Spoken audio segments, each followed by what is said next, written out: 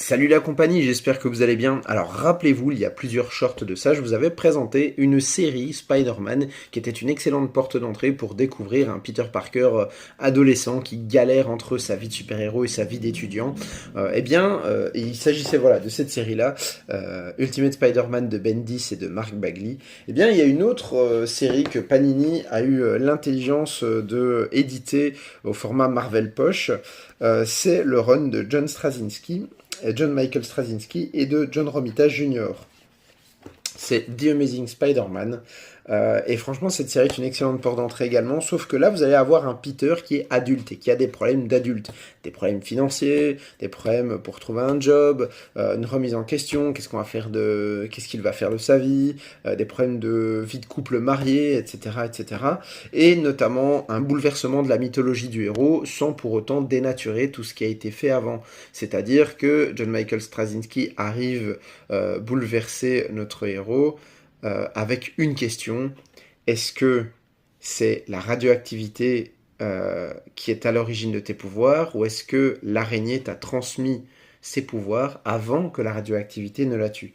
Et c'est super intelligent de faire se questionner le héros sur ce raisonnement-là.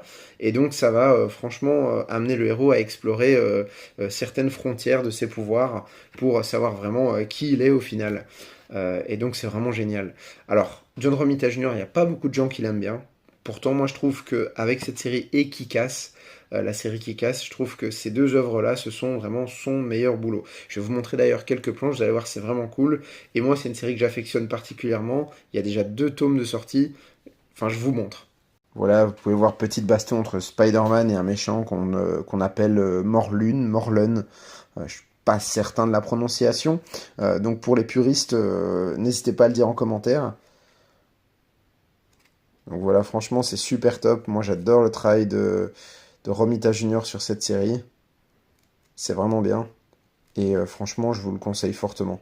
Et aussi, gros point positif, c'est la relation entre Peter et Tante May, qui est vraiment une des relations les plus touchantes que j'ai pu lire dans les comics jusqu'à présent. Vraiment, je vous le recommande. Et pour ceux qui reprochent, notamment à Urban, de faire des nomades un peu trop petits pour la lecture, ceux-ci sont légèrement plus grands. Donc n'hésitez pas à foncer dessus. Parce que pour le confort des yeux et de grandes séries à petit prix, ben, ça en vaut la peine. Voilà. Donc c'était mon petit conseil du jour.